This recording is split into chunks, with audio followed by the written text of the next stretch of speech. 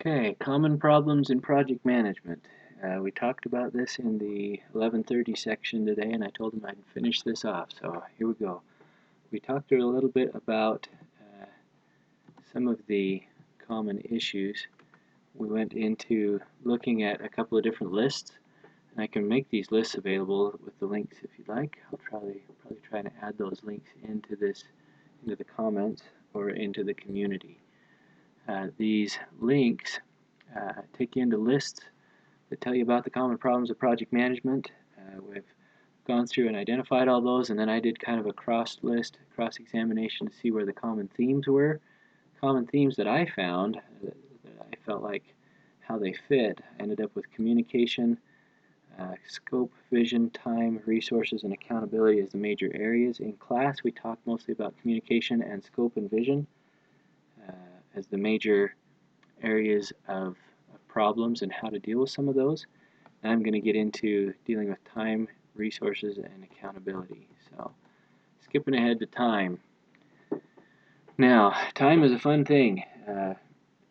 Time, the more that you learn about it, the more interesting it becomes. There's people that have very interesting perspectives on time, such as if you get into Einstein's theory of relativity or science fiction movies like Interstellar. They talk about how time can be bent or changed or manipulated. Um, I believe to some extent time can be. There are scriptures that kind of allude to the fact that men should be anxiously engaged in a good cause. And I believe that as I have been, I experience time differently when I am anxiously engaged versus when I am idle. Notice when things seem to take longer when you're sitting around bored, but when you're like the saying goes, time flies when you're having fun. I believe that time flies when you're anxiously engaged, and especially in good causes. But when you're anxiously engaged, you definitely experience time differently. So that's just a backdrop philosophically. Now, some of the issues with time management mostly have to do with the mismanagement of estimation or expectations of time usage. Now, I believe that happens fundamentally because as humans, we experience time differently. So we have different expectations for how long things should take. We have different frames of reference based on our emotions, how we feel that time should flow or function, and those biases really greatly affect how things flow. I'm going to take you out to a video here. I'll make this video available. I'll just introduce it here. But this is a video that I found very useful. How to manage time with 10 tips that work. And I'll post the link to this video. I think it's got some really great tips to it. This other resource provides a self-assessment, how to measure your own usage of time, to give you a grade or a feedback mechanism to tell you how good you are at dealing at managing with time.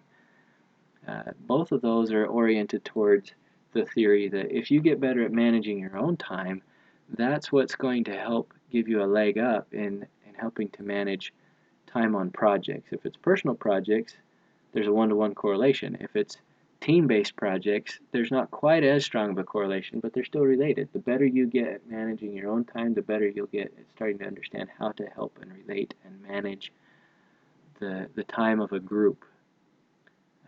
Now this next link is, let me just, there we go. Okay, so this next link that I'll make available is 10 common time management mistakes. Also has a video with it. This ties in with time management problems. This one is organized around personal time management again making that link that the better you are at managing your own time, that's a great opportunity for you to develop your capacity and skill at managing other people's time. And that idea was thrown in there mostly because this is a presentation about common problems. These are the presentations about common problems in project management. This article specifically gets into 10 problems with time management. Now, when you're talking about managing team time, now here's some other links that I'm going to put in here. about how to manage your team's time or collective time. And this author, she's a Harvard Business Review writer. They usually have some pretty interesting experiences. They typically base their recommendations off of consulting work that they do, and that's what she did in this case. I wanted to highlight these three elements where she says the time-based interventions I use to catalyze team time management address three distinct, though sometimes overlapping problems that frequently arise. First one, some employees yearn for more control over their work time, the result of work that stretches across time zones, a 24/7 culture that evolved to meet rigid deadlines or demanding client expectations, or the always-on mentality that stems partly from technology enabling people to connect to work at any time. The structured off-time goal is in this case involves increasing predictability, typically creating a time when workers know that they will be off the clock or establishing more consistent workday hours. Now, this whole you can tell there's an assumption based in this recommendation. The assumption is she has been working with people that work in large companies that are multinational, that that the employees want to have more control over their time. And that is the result of when you're working in these high pressure, big companies, they tend to be high pressure in terms of time and in terms of expectations. They basically expect you to be at work long hours. And sometimes I've seen when I lived back east, I saw and heard about this all the time. There were people that were working 80 to 100-hour work weeks sometimes, and that wasn't healthy. I even heard as high as 120 hours, which basically only leaves you that only leaves you about 20 something hours to sleep in a week, and that's not going to be healthy. Anyway, so I see where she's coming from. Her goal there was to create structured time off, so people knew when to expect and how to plan for it.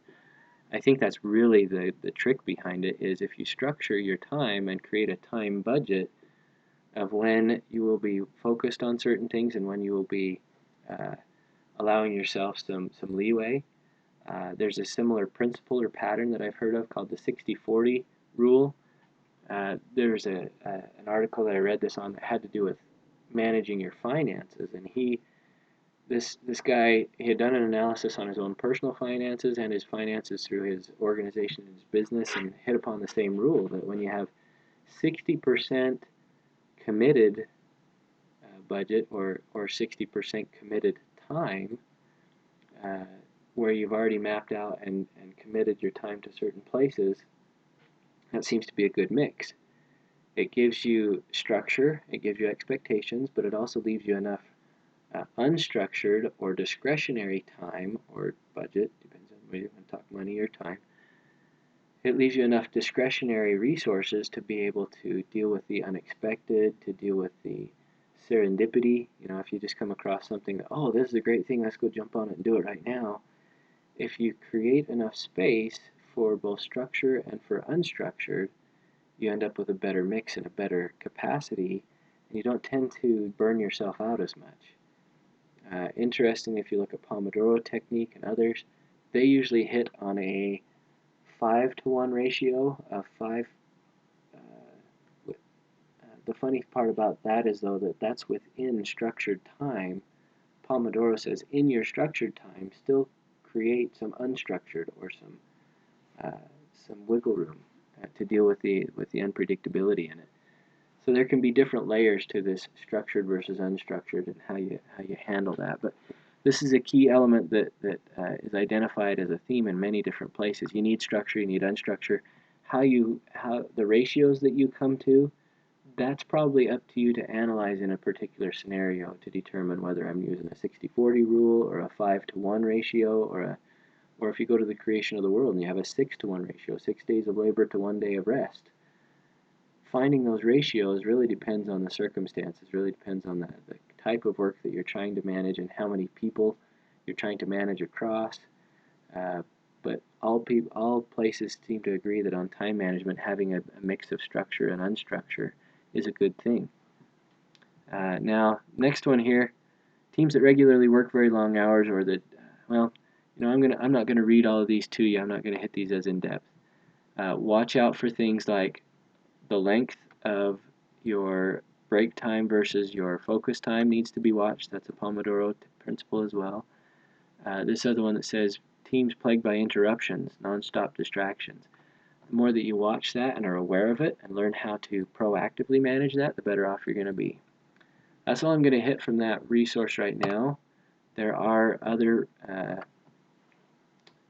resources that I'm going to make available. I'll make these links available as well. This one is about managing team time, and he talks about the difference between pushing or pulling your team to productivity. He's got 8 secrets to pull your team to greater productivity here. I'm going to leave these out as a resource again to look at on how to manage team time. Now I'm running out of time myself, so I'm going to keep moving along. I'll just make those resources available to you to look into a little bit more deeply. Now, resources and human resources. These two topics are blended. If you look at the evolution of project management constraint models, you'll see that in the 6-sided model, well, let's go back to the original. We'll go to the triple constraint. The triple constraint does not include resources as a constraint classically. If I put that up here and show you this, the time, quality, and cost, this is the classic triple constraint. Now if I go out to the PMBOK star, you'll see this is where they started to add in resources as an element in these models. So originally you had schedule, scope, and budget. Now when you add on the second layer, they add on resources, risk, and quality. That's where resources starts to enter the conversation. However, then if we go to the 10 knowledge areas of PMI, they break resources out into subcategories at that point. So let's find one of these. There we go. This one will work. This shows you the 10 knowledge areas, and you'll see that human resources has been broken out from cost. Those are seen as separate resource pools. You also have procurement, where procurement means that we don't have direct control over resources, but we're trying to procure or contract out services or outsource. So some of these topics and resources have been split out into sub-areas when you get to the 10 knowledge area view. Now, coming back to resources. I would say when it comes to resources, typically human resources are seen as the biggest and most significant resource, and they're also the biggest, the most mismanaged resource when it comes to projects. They're the biggest cause of problems because they're difficult to manage, they're difficult to understand, to comprehend, and to work with. It's not that people are difficult, it's just inherently people have the capacity of making choices, of having agency. That becomes a more difficult management problem than things that are acted upon, like your materials and your goods and your timelines and your shipping and all of those resource questions become easier to manage and to control than the human resources are, because humans have the ability to still choose. No matter how bad we want to control them, we don't get to. They still have the ability to rebel, they still have the ability to undermine your strategy, they still have the ability to go out and recreate your strategy or conduct propaganda or smear campaigns or play politics. Or people will always have that capability, so it makes them a more complex issue to learn how to manage well. So some tips on that one: learn how to read people. That's the common thing that I always hear from project managers. As your capacity for reading people increases, your ability to manage will increase, and your ability to cope will be far greater. Now, there is an article here that I'll put out. Actually, it's just a search, but then brings up some related topics. Here's How to Read People 101.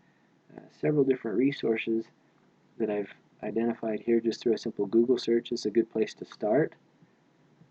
Really, my take on this is you need to be able to discern and validate people's expertise and their specialties. What are people good at? What do they like to engage with?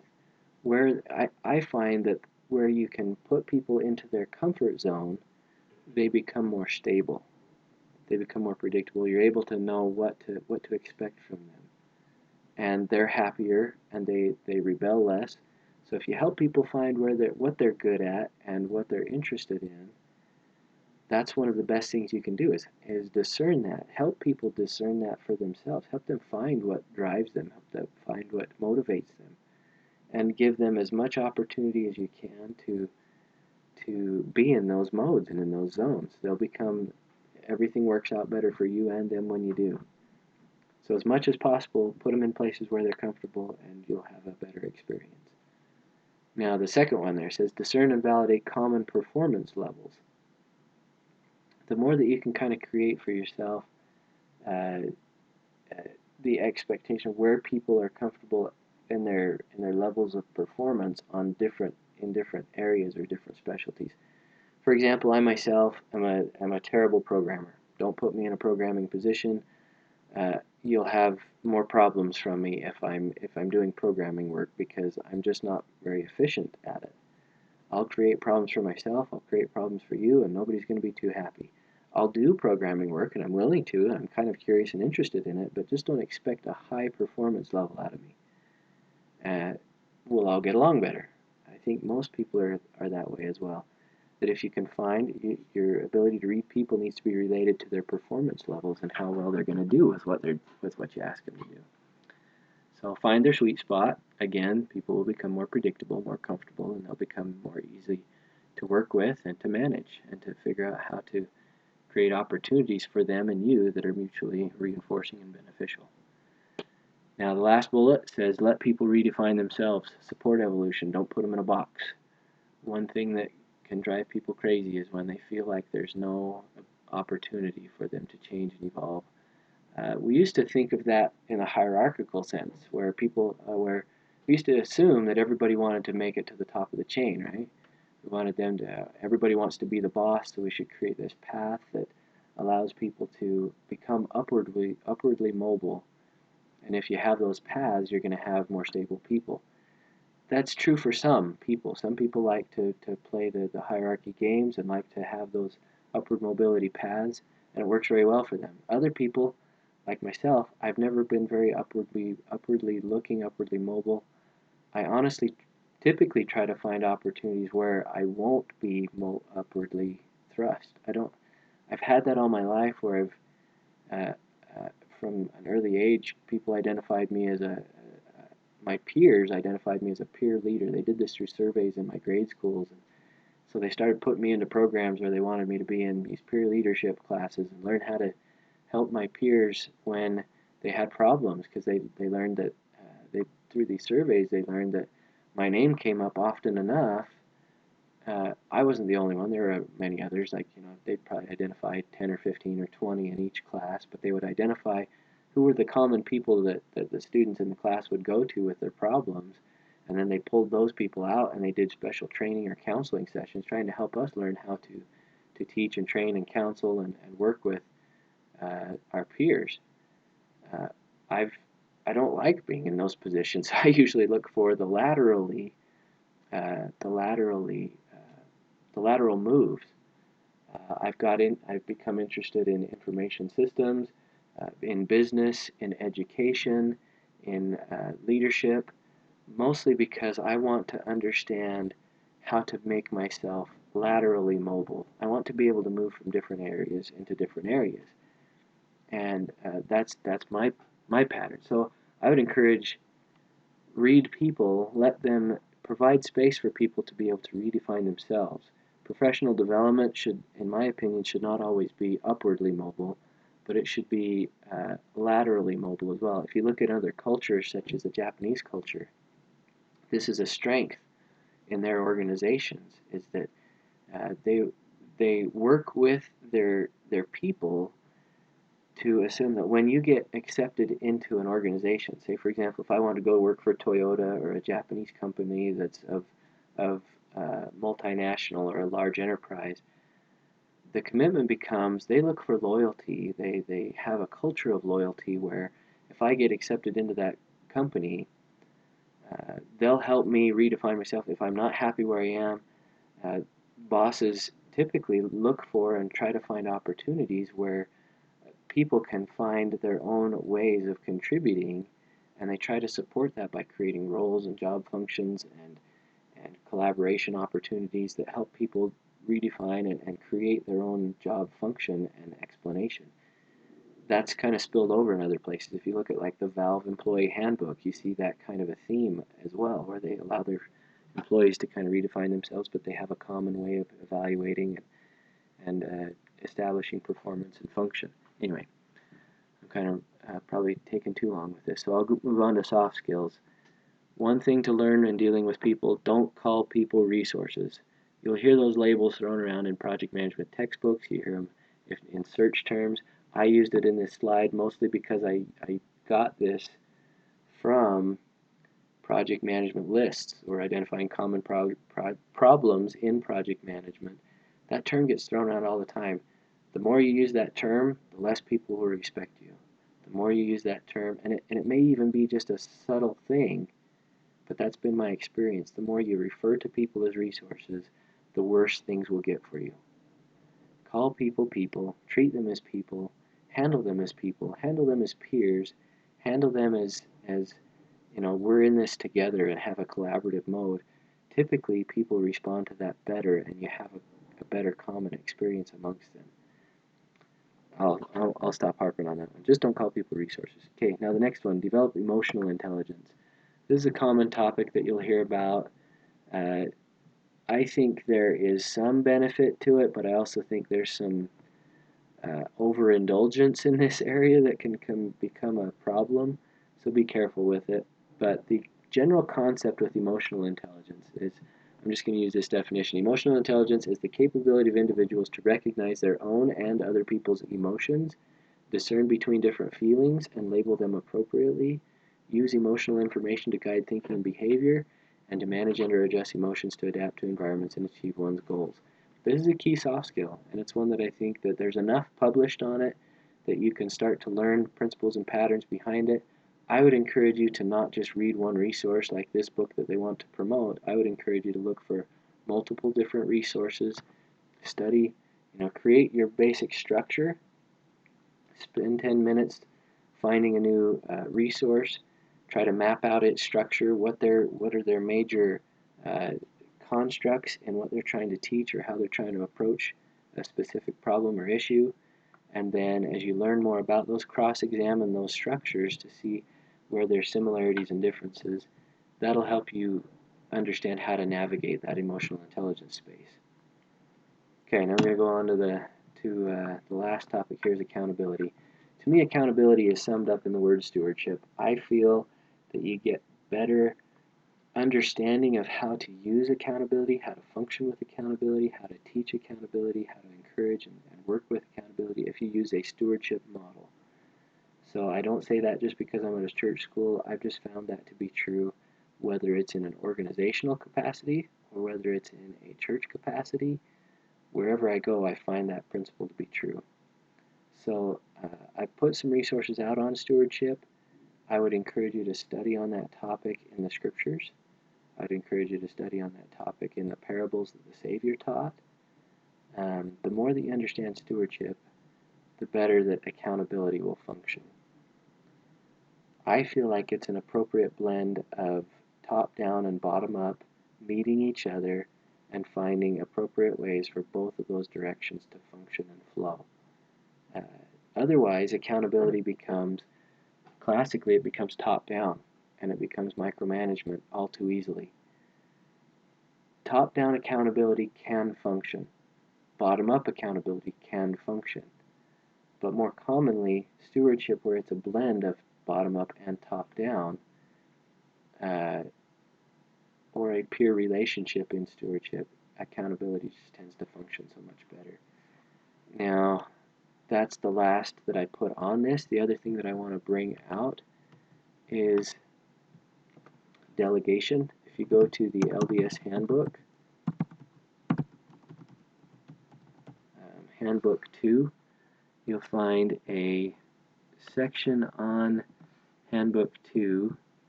It's in about section chapter 3, if I remember right, where it talks about delegation. So I'm going to come on out here and do a search for delegation, and it'll take me Oops, I missed the E, that's why I didn't find it. So delegation, D-E-L-E-gation, there we go. It's in chapter 3, right here. Delegate responsibility and ensure accountability. I think these two go hand in hand, just like they outline here in the handbook. This is probably the best description of delegation I've ever come across, because it's not assuming that delegation is just telling somebody what to do and then having them come back and do it and tell you that they did it. In this case, delegation is a more rich explanation that's combined with accountability. So I'm just going to read this. It says, individual leaders cannot and should not do everything themselves. Leaders who try to do too much will surely wear away, such as in Exodus, and so will the people they serve. Leaders should delegate service opportunities to others, such as counselors, clerks, members, and councils or committees. Now, that scripture in Exodus is talking about how Moses got a little bit worn out. His father-in-law Jethro encouraged him to delegate, essentially. That's a good chapter to read. But this explanation goes into more depth. It says, delegation includes more than giving someone an assignment. It includes the following elements: explaining the purposes of the assignment, suggesting ways it could be done, and explaining when it should be completed. The assigned person should understand and accept accountability to perform the assignment and report on it. I think it's an interesting concept here where sometimes the leader knows the assignment and can explain it well and can identify different ways in which it can be completed. Sometimes it's not the leader that understands that. Sometimes the leader needs to go to those that are receiving the assignment, and together they can start to define and explain and understand the purposes of the assignment, brainstorm ways in which it can be done. They can brainstorm together, and then they can identify appropriate timelines collaboratively. In Agile, they do that. They do that. The timeline or when it should be completed, they do that collaboratively. They do that through a process called planning poker, or they do it in conjunction with sprint planning and estimation techniques. So those things can be done collaboratively. They don't have to be just top-down. They can be collaborative. So that's just to explain that it can be done different ways. Now the next one says, keep a written record of the assignment and check progress from time to time. I think that's a key principle. Next one is respecting the assigned person's effort to develop plans and fulfill the assignment. Leaders provide encouragement and assistance as needed.